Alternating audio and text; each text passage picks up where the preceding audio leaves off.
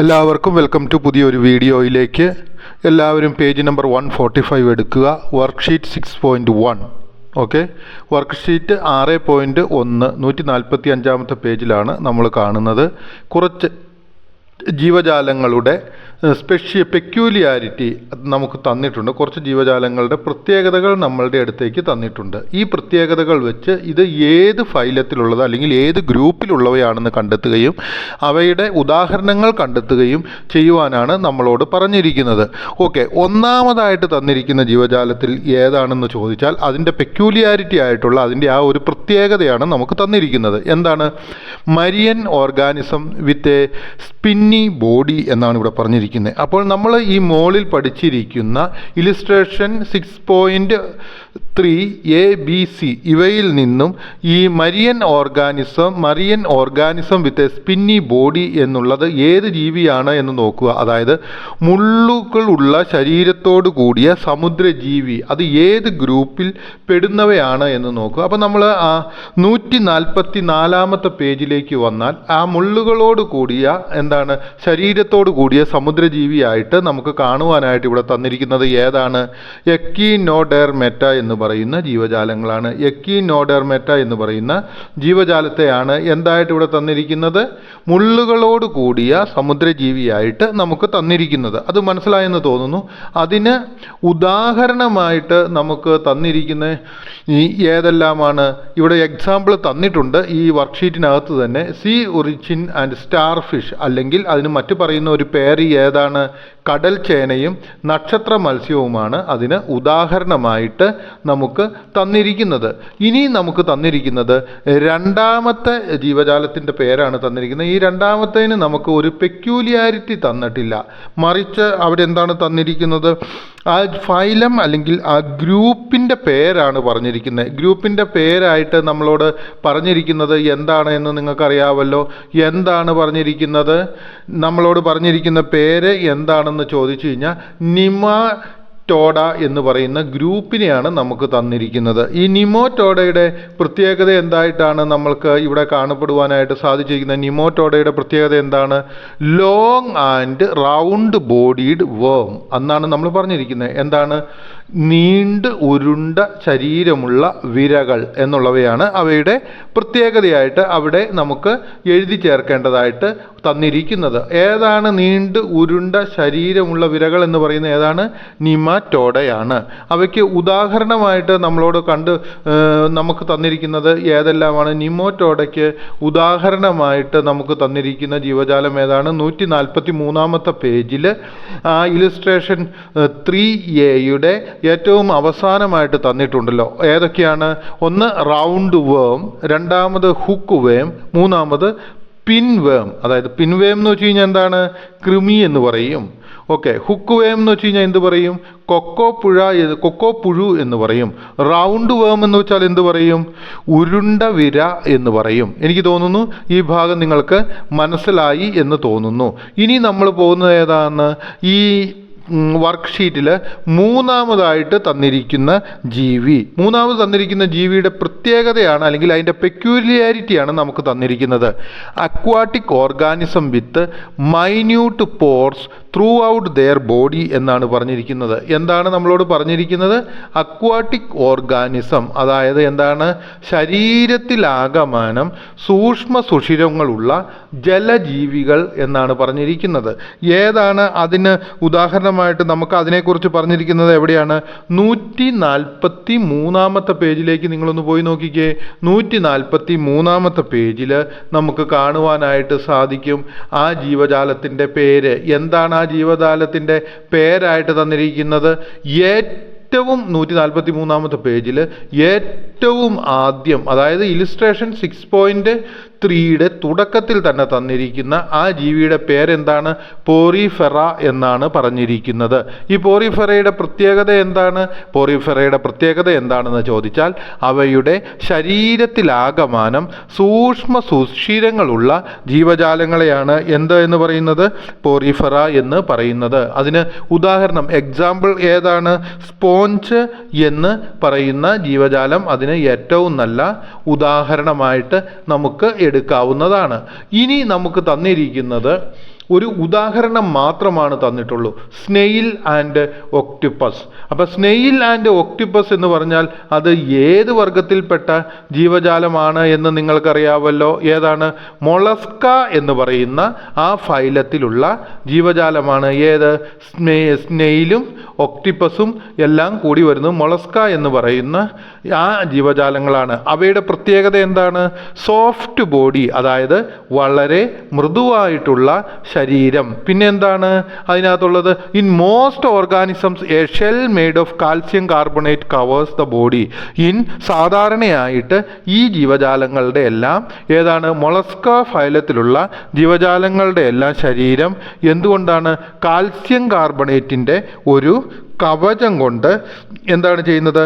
Cover ചെയ്യപ്പെട്ടിരിക്കും എന്നുള്ളതാണ് ഇതിൻ്റെ ഏറ്റവും വലിയ പ്രത്യേകത.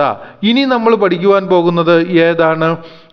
ഇത് കഴിഞ്ഞിട്ടുള്ളത് സെഗ്മെൻറ്റഡ് ബോഡീഡ് ഓർഗാനിസം എന്ന ഒരു പെക്യൂലിയാരിറ്റി മാത്രമാണ് നമുക്ക് തന്നിരിക്കുന്നത്. ഏതാണ് സെഗ്മെൻറ്റഡ് ബോഡിയിലുള്ള ഈ ജീവി എന്ന് പറയുന്നത്? ഏതാണ്? നിങ്ങൾ ഓൾറെഡി പഠിച്ചിട്ടുണ്ടാവും. ഏതാണ് സെഗ്മെൻ്റൽ ബോഡി ആയിട്ടുള്ള ഓർഗാനിസമായിട്ട് നമ്മൾ പഠിച്ചിരിക്കുന്നത്? അനലിഡ എന്ന് പറയുന്ന പുഴുവർഗമാണ്. അവയുടെ പ്രത്യേകത എന്താണ്? സെഗ്മെൻറ്റഡ് ബോഡി ആയിട്ടുള്ള, സെഗ്മെൻ്റ് എന്ന് വെച്ച് കഴിഞ്ഞാൽ ഘട്ടം ഘട്ടമായിട്ടുള്ള, അതായത് ശരീരത്തിൻ്റെ വിവിധ ഭാഗങ്ങൾ ഒരുപോലെ ഇരിക്കുകയും അവ ഒന്നിച്ച് ചേർത്ത് വയ്ക്കപ്പെടുകയും ചെയ്തിരിക്കുകയാണ്. അവയ്ക്ക് ഉദാഹരണമായിട്ട് നമ്മൾ പറഞ്ഞിരിക്കുന്ന എന്താണ്? നമുക്ക് തന്നിരിക്കുന്നത്, പുസ്തകത്തിൽ തന്നിരിക്കുന്നത് ഏതാണ്? നിങ്ങൾ എല്ലാവരും 144 പേജ് എടുത്തിട്ട് ഏറ്റവും ആദ്യം തന്നിരിക്കുന്നതിലേക്ക് നോക്കുക. അനലിഡ എന്ന് പറയുന്ന ജീവജാലമാണ്. അതിന് ഉദാഹരണം എർത്ത് വേം അല്ലെങ്കിൽ മണ്ണിരയും അതുപോലെ തന്നെ ലീച്ച് അഥവാ കുളയട്ടയുമാണ് അതിന് ഏറ്റവും നല്ല ഉദാഹരണമായിട്ട് നമുക്ക് തന്നിരിക്കുന്നത്. ഇനി നമുക്ക് തന്നിരിക്കുന്നത് ഏതാണെന്ന് നിങ്ങൾക്ക് എല്ലാവർക്കും അറിയാമല്ലോ. ഇനി നമുക്ക് തന്നിരിക്കുന്ന പാഠഭാഗത്ത് എന്ന് വെച്ചാൽ ആർത്രോപോഡ എന്ന് പറയുന്ന ആ ഫൈലത്തെ അല്ലെങ്കിൽ ആ ഡിവിഷനിലുള്ള ആ ഗ്രൂപ്പിലുള്ള ജീവജാലത്തിൻ്റെ പേരാണ് തന്നിരിക്കുന്നത്. ഏതാണ്? ആർത്രോപോഡ. ഇപ്പം ഈ ആർത്രോപോഡയെ നമ്മൾ എവിടെയാണ് കാണപ്പെടുന്നത് എന്ന് നിങ്ങൾ ചിന്തിച്ചിട്ടുണ്ടോ? ആർത്രോപോഡയെ കാണുവാനായിട്ട് 144 പേജ് എടുക്കുക. എന്നിട്ട് ആ പേജിൽ അനലിഡ കഴിഞ്ഞിട്ട് രണ്ടാമത് വരുന്നതാണ് ആർത്രോപോഡ. ഈ ആർത്രോപോഡയുടെ പ്രത്യേകത എന്താണ്? Organism with joined legs and exoskeleton. ഈ ജീവജാലത്തിൻ്റെ പ്രത്യേകത എന്താണ്? ആർത്രോപോഡയുടെ പ്രത്യേകത എന്താണെന്ന് ചോദിച്ചു കഴിഞ്ഞാൽ ചെറുഭാഗങ്ങൾ ഒരുമിച്ച് കൂടി ചേർന്നുണ്ടാക്കുന്ന കാലുകൾ. അപ്പം ഈ ആർത്രോപോഡയ്ക്ക് എന്താണ് അതിൻ്റെ പ്രത്യേകത എന്താണെന്ന് വെച്ചാൽ അതിൻ്റെ കാലിന് ചെറുഭാഗങ്ങൾ, അതായത് ചെറിയ ചെറിയ ഭാഗങ്ങൾ ഒന്നിച്ച് ചേർന്ന് ഉണ്ടാകുന്ന ജീവികളാണ്. അതിന് ജോയിൻഡ് ലെഗുകളാണുള്ളതാണ്. രണ്ടാമതായിട്ട് അതിന് പ്രത്യേകത എന്താണ്? ഈ ജീവികൾക്ക് ബാഹ്യമായിട്ടുള്ള അസ്ഥികൂടം ഉണ്ട്. ബാഹ്യമായിട്ടുള്ള അസ്ഥികൂടം എന്ന് വെച്ചാൽ എന്താണ്? എക്സോസ്കെൽറ്റൻ എന്ന് പറയുന്ന ആ ബാഹ്യ അസ്ഥികൂടമുണ്ട്. അതിന് ഏറ്റവും നല്ല ഉദാഹരണം എന്താണ്?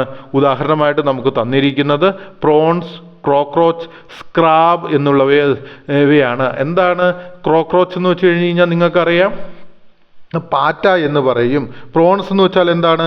കൊഞ്ച് എന്ന് പറയും. ക്രാബ് എന്ന് വെച്ച് കഴിഞ്ഞാൽ ഏതാണ്? ഞണ്ട് എന്ന് പറയും. ഇനി നമുക്ക് തന്നിരിക്കുന്ന എന്താണ് തന്നിരിക്കുന്നതെന്ന് നോക്കുക. അടുത്തതായിട്ട് ആർത്രോപോഡോ കഴിഞ്ഞിട്ട് നമുക്ക് തന്നിരിക്കുന്നത് 2 ഉദാഹരണങ്ങളാണ്.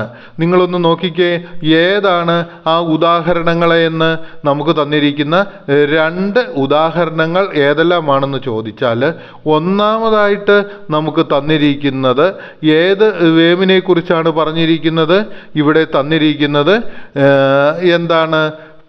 ടാപ്പ് വേം എന്ന് പറയുന്ന ആ ഒരു ജീവജാലത്തെക്കുറിച്ചാണ്. ഏതാണ് ഈ ടാപ്പ് വേം? അല്ലെങ്കിൽ അതിന് പറയുന്ന പേരെന്താണ്? എന്താണ് നമുക്ക് തന്നിരിക്കുന്ന ആ പേര്? ടാപ്പ് വേം എന്ന് പറഞ്ഞിരിക്കുന്ന ആ ജീവജാലത്തിൻ്റെ പ്രത്യേകത എന്താണെന്ന് നിങ്ങളൊന്ന് നോക്കിയിട്ടുണ്ടോ? നമുക്ക് എപ്പോഴും കാണുവാനായിട്ട് അത് ഏത് ഗ്രൂപ്പിലാണ് വരുന്നത്? പ്ലാറ്റി ഹെൽമിന്തസ് എന്ന് പറയുന്ന ആ ഫൈലം ഗ്രൂപ്പിലാണ് അത് വരുന്നത്. അവയുടെ ഈ പ്ലാറ്റി ഹെൽമിന്തസിൻ്റെ പ്രത്യേകത എന്താണെന്ന് നിങ്ങൾക്ക് ഓൾറെഡി പഠിച്ചിട്ടുണ്ടല്ലോ. Small, soft and flat bodied worms. അവയുടെ പ്രത്യേകത എന്താണ്?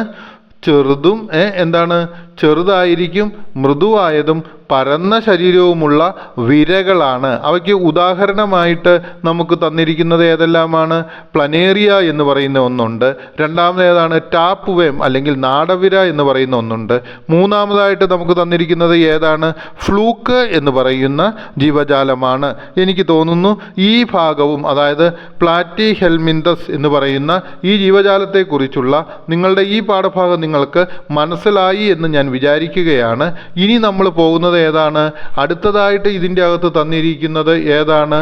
കൊറഡേറ്റ എന്ന് പറയുന്ന ഒരു ജീവജാലത്തെക്കുറിച്ചാണ് തന്നിരിക്കുന്നത്. കൊറഡേറ്റയിലുള്ള ജീവജാലങ്ങൾ ഏതൊക്കെയാണ് ഉദാഹരണമായിട്ടുള്ളതെന്ന് നിങ്ങൾക്കറിയാം. മനുഷ്യനാണ്, അതുപോലെ തന്നെ ഫിഷ് ഉണ്ട്, ഫ്രോഗ് ഉണ്ട്. ഇവയെല്ലാം ഇവിടെ തന്നിരിക്കുന്ന ഉദാഹരണങ്ങളാണ്. പിന്നെ ഇവിടെ തന്നിട്ടുണ്ട് ലിസാർഡിനെ തന്നിട്ടുണ്ട്, ബേഡ്സിനെ തന്നിട്ടുണ്ട്, ടർട്ടിലിനെ തന്നിട്ടുണ്ട്, അങ്ങനെ എല്ലാ സാധനങ്ങളും ഉണ്ട്. അപ്പം ഇതിൻ്റെ പ്രത്യേകത എന്താണ്? Organism with rod shaped notochord or vertebral column. അപ്പം ഈ ഓർഗാനിസത്തിൻ്റെ പ്രത്യേകത എന്താണ്?